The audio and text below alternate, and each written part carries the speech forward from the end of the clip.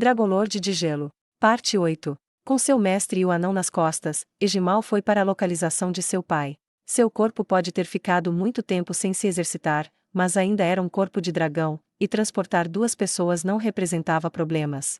Ele ouvia Sua Majestade falar enquanto andava e, ao fazê-lo, estava certo de que seus conhecimentos e instintos foram a coisa mais valiosa do mundo.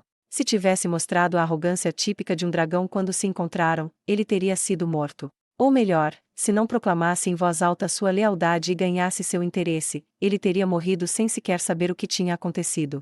Foi basicamente como passar um camelo pelo buraco de uma agulha. Egimal contraiu a bexiga. Se fizesse xixi de novo, a opinião a respeito dele não cairia apenas no fundo do poço, seria como se pegasse uma pá e continuasse cavando até o limbo. Felizmente, eles não encontraram nenhum outro dragão ao longo do caminho. Assim, seguiram diretamente para onde seu pai estava, ou melhor, a sala do trono e o tesouro. Egimal respirou fundo. Seu servo deseja informar a vossa grandiosa majestade que, além de meu pai, há 3 dragoas que o servem como concubinas. Pretende levar esse anão até lá com o senhor.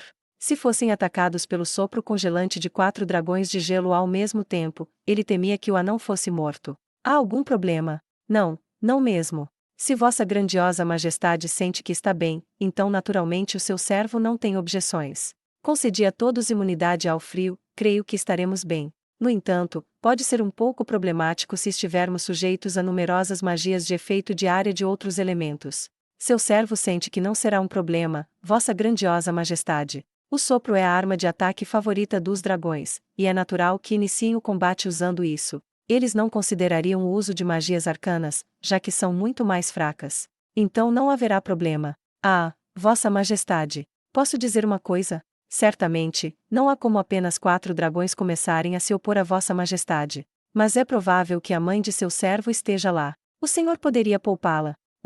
Egimal inclinou o pescoço e esperou o julgamento do seu mestre. Egimal não pretendia ir tão longe a ponto de implorar que sua mãe fosse poupada. Seria bom se ela pudesse ser salva assim como ele, mas não queria apostar sua vida nisso. Não era que a odiasse, mas simplesmente que os laços de parentesco familiar não eram muito fortes entre os dragões. Depois de deixar o ninho, até seus próprios irmãos se tornariam rivais por território. Além disso, era comum os dragões apaixonados por tesouros lutarem quando viam os tesouros uns dos outros. Era bem raro que muitos dragões, particularmente aqueles que tinham saído do ninho, morassem juntos em um só lugar.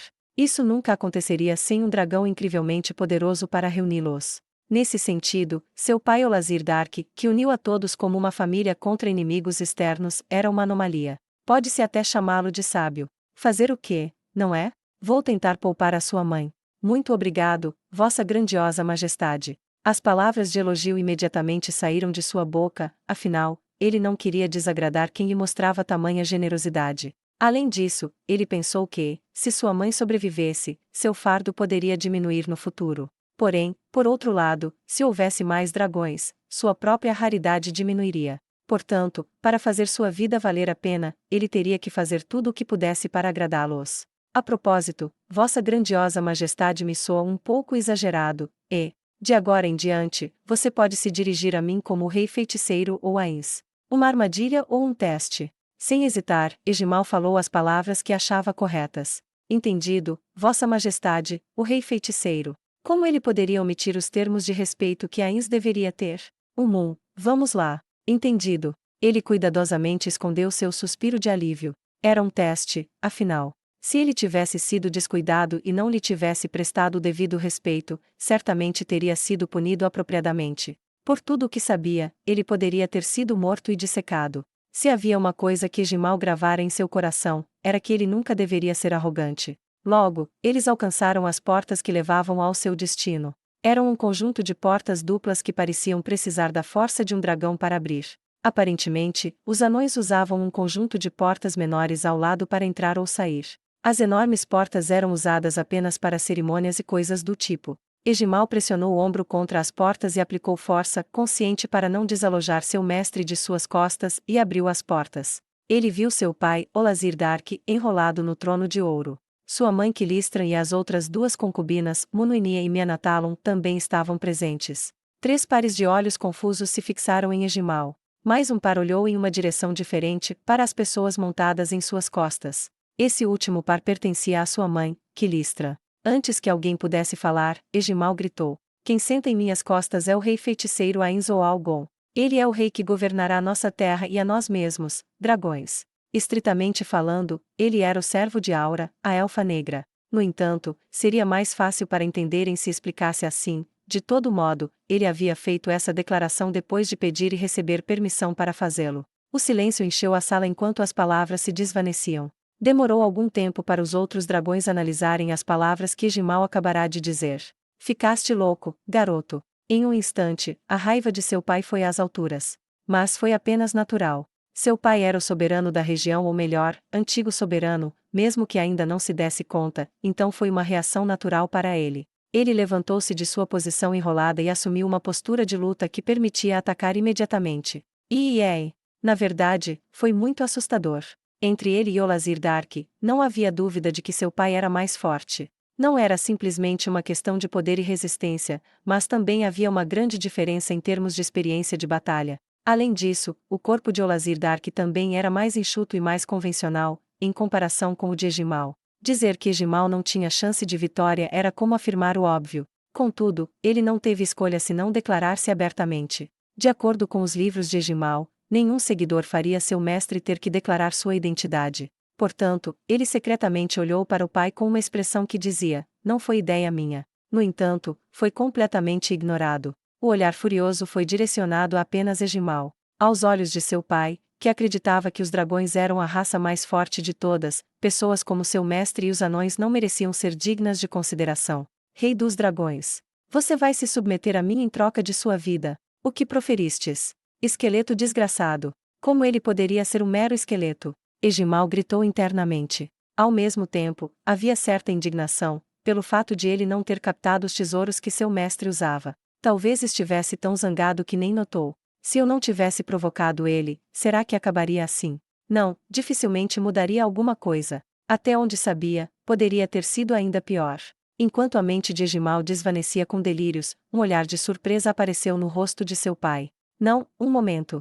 O que são estas tuas roupas? Talvez depois de se acalmar um pouco, seu olfato dracônico havia entrado em ação. Egimal achou que isso era muito ruim e procurou ajuda. Infelizmente, todas as concubinas tinham o mesmo olhar de excitação em seus rostos, uma fome bestial de tesouro em seus olhos. Apenas sua mãe estava tentando sair pela surdina, sem qualquer intenção de ajudar o filho. É a primeira vez que me deparo com tamanho tesouro. Se procuras meu perdão, ofereça-me tuas vestes, esqueleto.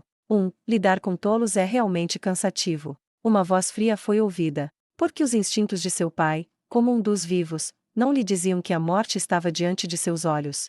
Provavelmente sua avareza dracônica o cegou. O tolo aqui és tu. Acabaste de jogar fora a tua única chance de sobreviver. Não, eu deveria matar. Agarrar coração. E com isso, o corpo de seu pai caiu impotente no chão. Todos os demais olharam para onde jazia o corpo do dragão mais forte da região. A maneira como não se mexia dava a entender que estava dormindo. Claro, definitivamente não era o caso.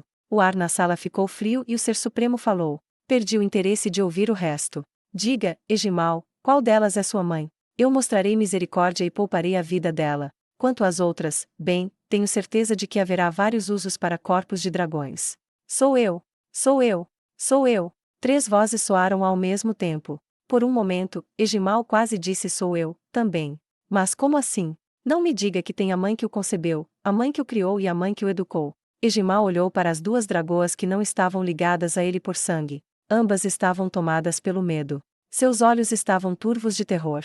Isso também era natural, depois que o mais poderoso dragão aqui presente fora morto em um piscar de olhos. Elas não pensaram em lutar, fugir ou seja lá o que fosse. Elas se agarraram com a única chance de sobrevivência que se apresentou. Muito parecido com ele, elas tinham feito a escolha mais correta para viver.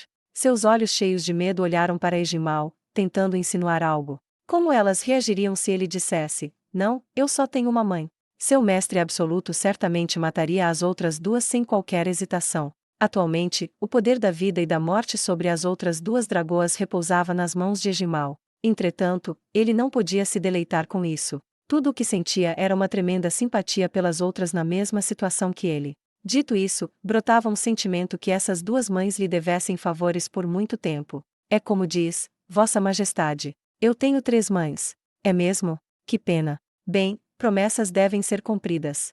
Irei poupá-las. É lamentável que haja apenas um cadáver de dragão. Dragões são muito úteis. Não parece ser suficiente, que pena. Depois de espreitar ao redor, as 3 concubinas se curvaram diante de Ains em pose de submissão. Vão e reúnam todos os dragões que aqui vivem. Depois informe-os de que estão agora sob minha regência. Se algum deles recusar-se a aceitar, então digam para virem aqui tirar satisfação comigo. Agora vão. As concubinas começaram a se mover e correram a toda velocidade. Foi uma velocidade que inspirou admiração nos espectadores ou assustou-os deixando sem palavras. Egimal não pensou por um momento que elas poderiam tentar escapar. Em frente desse poderoso lançador de magia, suas chances de escapar eram quase nulas. Elas deveriam ter percebido isso também. No fim, para Egimal não fazia diferença mesmo que escapassem. Afinal, se o fizessem, ele saberia como o rei feiticeiro iria trazê-las vivas ou mortas. Alguém bateu de leve na cabeça de Egimal. Virando-se, viu os olhos de seu mestre encarando-o. Eu tenho outro pedido para você. É uma ordem muito importante. Reúna todos os livros dos anões que possui, incluindo aqueles que ainda não terminou, assim como todos os outros livros fora de seu quarto, e traga-os para mim. Sim, senhor. O farei imediatamente. Depois de descer os 2 nervosamente, Egimal correu com todas as suas forças.